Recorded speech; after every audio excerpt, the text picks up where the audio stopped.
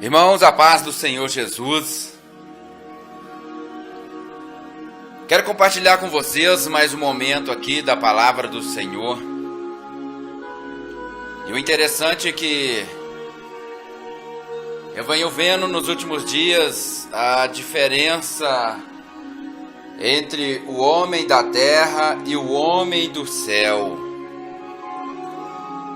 É interessante, irmãos, vermos que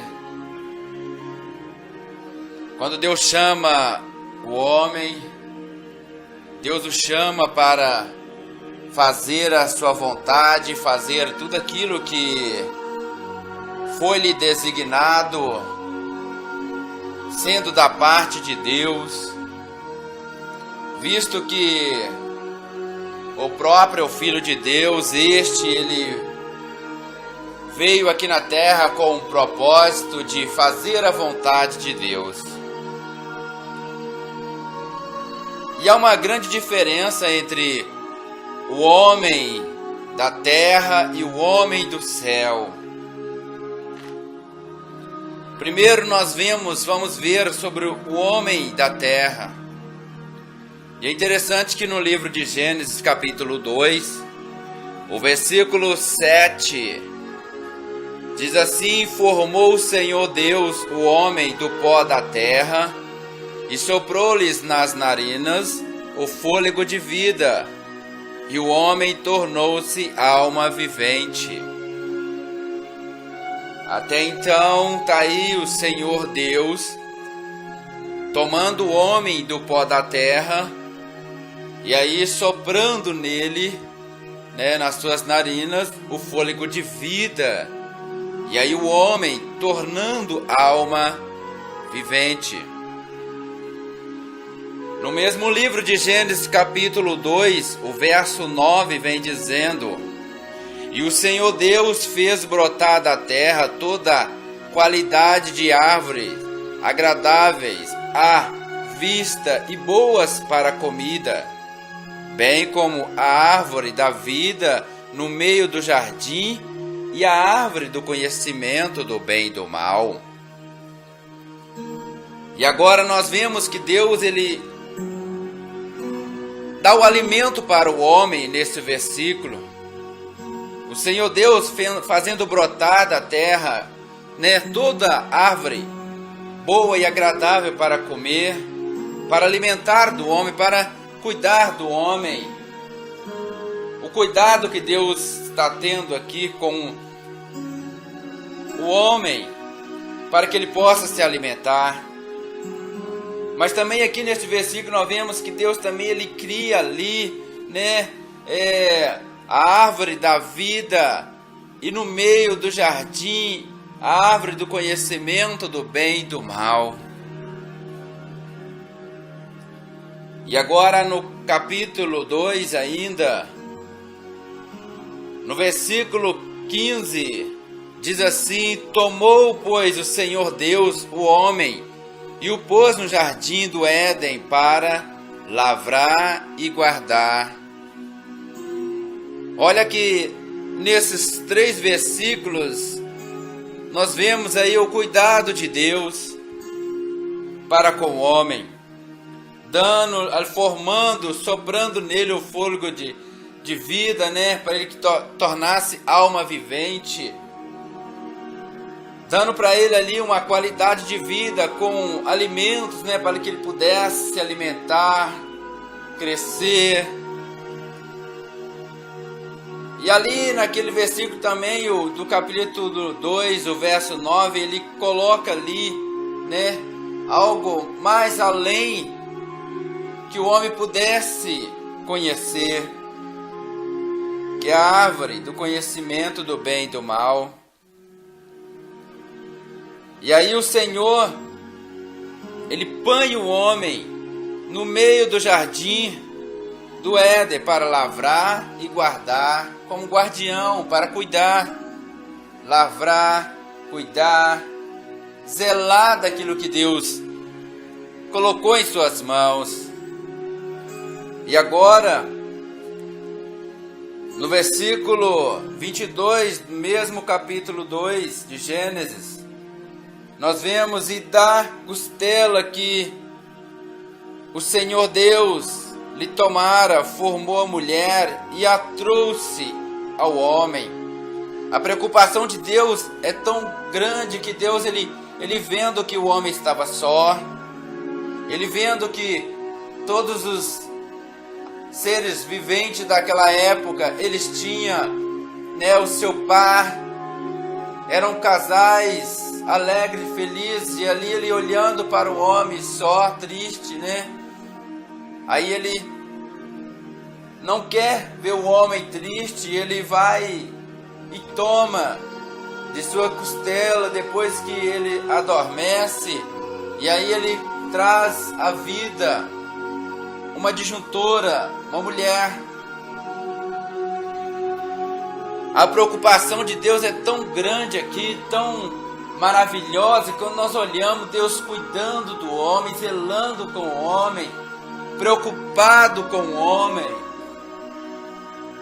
Olha a preocupação dele, um ser superior, preocupado com, né, a sua criação. E em Gênesis capítulo 3, o verso 8: e ouvindo a voz do Senhor Deus, que passava no jardim à tardinha, esconderam-se o homem e sua mulher da presença do Senhor Deus entre as árvores do jardim. Veja agora que porque aquela criação que Deus criou agora se esconde do seu Criador, sabendo que nós estamos falando do homem da terra. E agora o homem e a mulher se escondem de Deus. E por que será que eles se escondem de Deus? Por que será que agora estão com vergonha? Por que não querem mais se aproximar, não querem se apresentarem para Deus? Por que que agora a presença de Deus traz para eles constrangimento? Por que que agora a presença de Deus não é mais aquela coisa agradável que eles sentiam antes? Por que que agora a presença de Deus na vida daquele casal não é mais aquela alegria, não é mais aquele prazer que eles sentiam antes? Por que que agora se escondem? Por que que agora estão correndo da presença de Deus? Muitas vezes nos pegamos assim. Muitas vezes nós nos pegamos correndo da presença de Deus. Se Deus se apresenta, nós sentimos vergonha, sentimos medo e aí queremos nos esconder. Mas por quê? Se Ele é o Todo-Poderoso, é a nossa vida. Se Ele é aquele a quem nós damos honra e glória. Se Ele é o nosso Pai, o nosso Criador. Por que então estamos nos escondendo? E agora eles se escondem da presença de Deus. E no mesmo capítulo 3, no verso 9: mas chamou o Senhor Deus ao homem e perguntou-lhe: onde estás? Olha a preocupação de Deus, que quando ele desce ali no jardim, ele logo se preocupa, porque ele não vê mais a sua criação, ele não vê mais, não pode contemplar mais a criação, aquela criatura que ele criou, aquela pessoa que ele colocou ali. Onde estaria então o homem? Aí Deus logo pergunta: onde estás? Escondido. Talvez Deus está perguntando para você agora: onde você está escondido? Deixou a minha presença? Abandonou a fé? Talvez você foi tanto usado, é tanto usado quando está na presença de Deus, você é tanto usada quando está na presença de Deus, e agora, onde está você? Deus está perguntando: onde estás? Que Ele não pode te contemplar. Claro que nós sabemos que Deus, Ele vê todas as coisas, mas Ele quer saber de você, Ele quer que você se apresenta. Por que está escondendo? Por que tem se escondido? Você, homem, mulher ou jovem, por que tem se escondido da presença de Deus? E agora no capítulo 3, o verso 21, o Senhor Deus fez túnicas de pele para Adão e sua mulher e os vestiu. E agora mais uma vez nós vemos aqui a preocupação de Deus, preocupado com o homem, preocupado com a sua criação, preocupado com a mulher. Aí Ele faz as vestes ali para que eles não se sentissem nus, e para que eles não se sentissem com vergonha perante o Senhor, e pudesse se apresentar perante o Senhor. Todos nós sabemos por que foi que eles se esconderam, mas fica aí essa pergunta: por que que você está se escondendo da presença de Deus? O quanto Deus tem sido bom para você, desde o momento em que você ouviu a voz dEle, desde o momento em que Ele te chamou. O quanto Deus tem sido bom para você, e agora você se esconde da presença de Deus. Há muitas vezes nós nos pegamos assim, escondendo, correndo, com medo e com vergonha. Mas Deus te pergunta: onde estás? E no versículo 22 do capítulo 3 de Gênesis: então disse o Senhor Deus: eis que o homem se tem tornado como um de nós, conhecendo o bem e o mal. Ora, não suceda que estenda a sua mão e tome também da árvore da vida, e coma e viva eternamente. O interessante aqui é que o homem, ele erra, ele peca, ele deixa ser enganado, né? A mulher deixou ser enganada e o homem deixou ser enganado pela mulher. A mulher deixou ser enganado pela serpente. E aí, né? E o homem deixou ser enganado pela mulher. E ambos deixou ser enganados pelas as coisas da vida, pelos acontecimentos, porque muitas das vezes nós nos pegamos assim, deixando-nos ser enganados, porque nós não damos ouvido ou não damos créditos à palavra de Deus. É interessante que todo tempo Deus está tentando resgatar o homem, a identidade do homem, a identidade da mulher, e agora nós nos pegamos assim, sem identidade, nos pegamos sem saber até mesmo quem somos, de onde viemos e para onde vamos. Pessoas duvidosas, pessoas que não sabem o que querem na vida, pessoas que não sabem nem mesmo para onde vai. E aí, Deus, Ele não quer que o homem tenha conhecimento agora, né? Não quer que ele torne um ser que viva eternamente dessa forma, porque eles desobedeceram.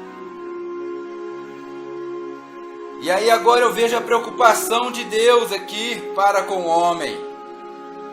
E no versículo 23 do capítulo 3 de Gênesis: o Senhor Deus, pois, lançou fora do jardim do Éden para lavrar a terra, e de que fora tomado. Agora o homem já está fora daquele jardim maravilhoso que fora criado para ele. Tudo ali era para ele, nem mesmo esforço ele tinha que fazer, porque Deus estava cuidando dele.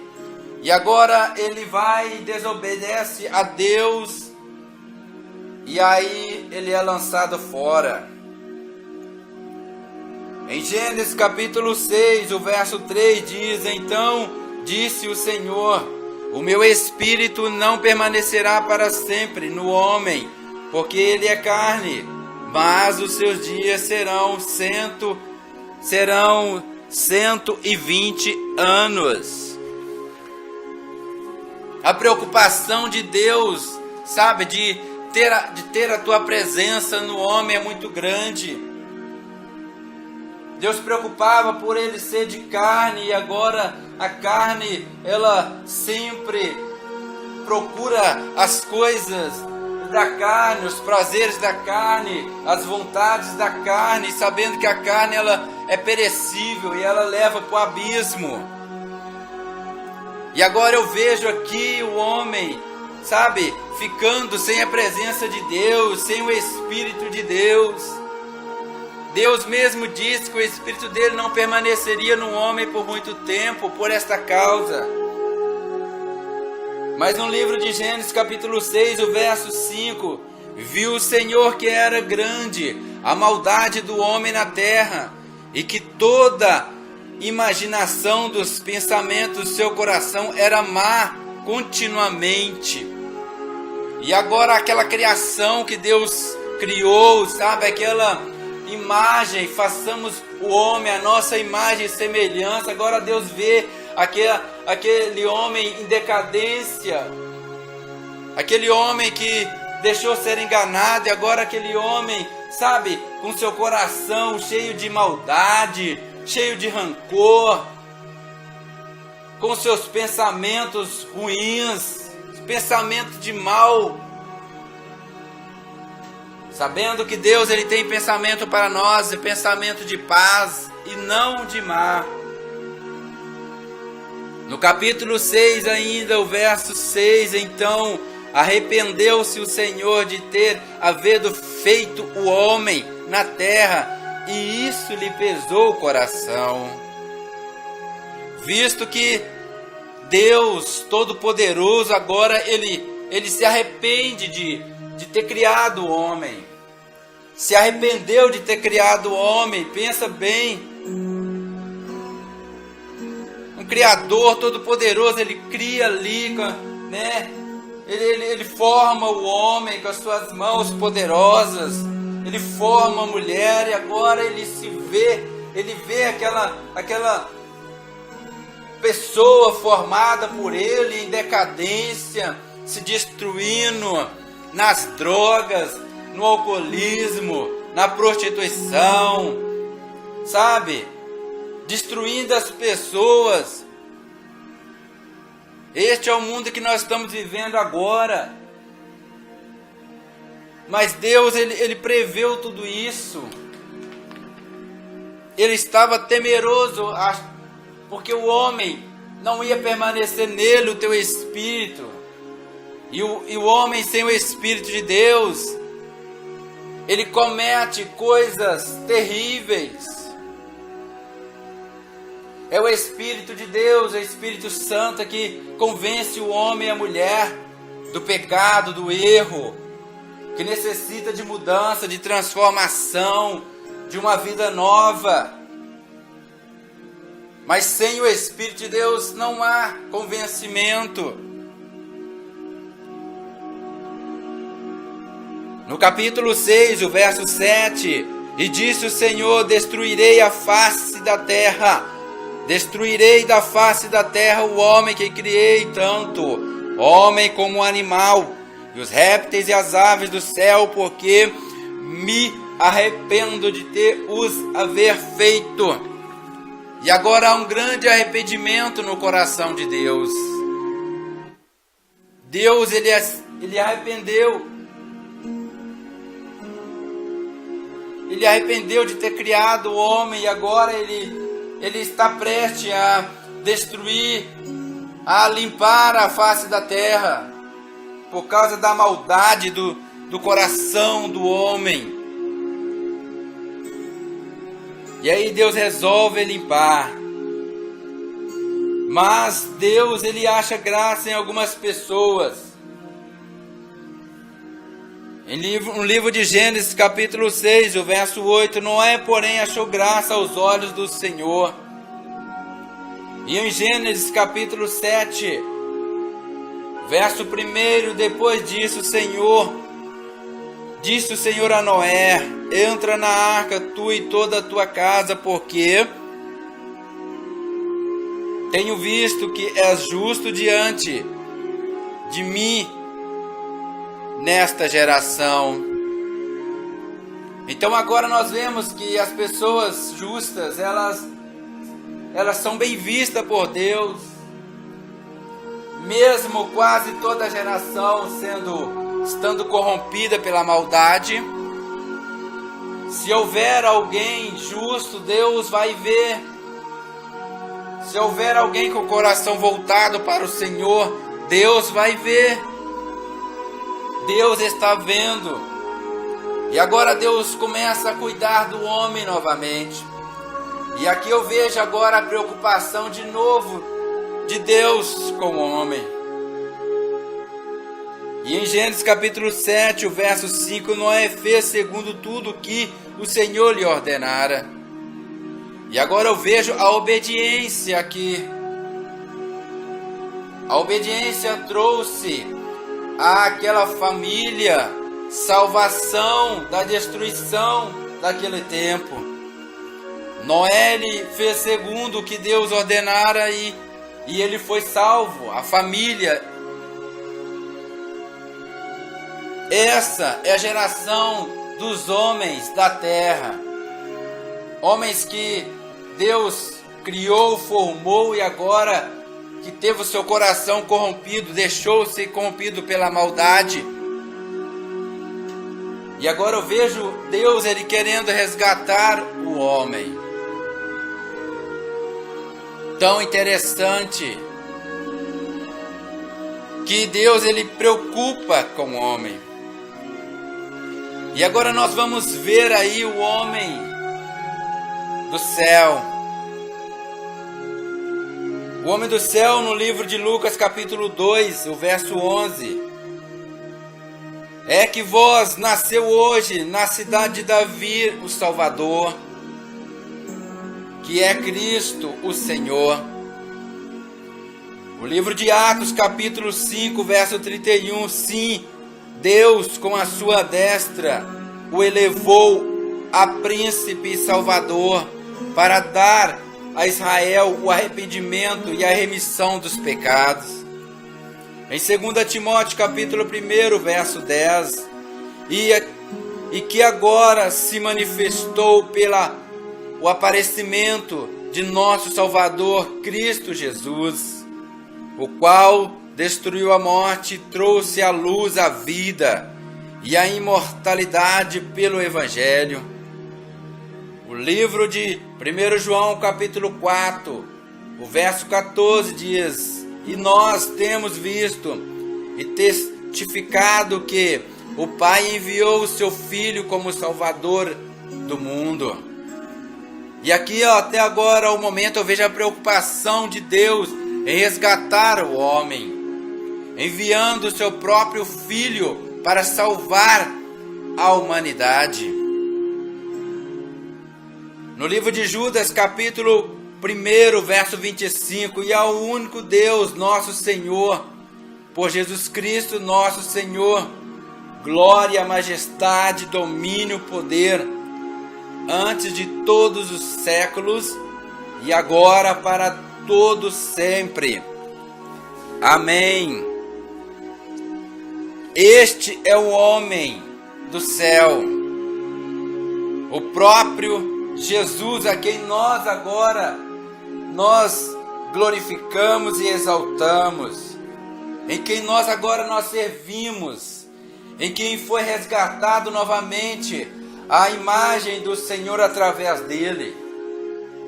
Agora nós servimos a esse Deus e nós fazemos agora a vontade do Senhor. Somos a geração eleita do céu. Nós estamos aqui de passagem. E é importante entendermos isso, que somos cidadãos dos céus e não da terra. Deus vos abençoe em nome de Jesus.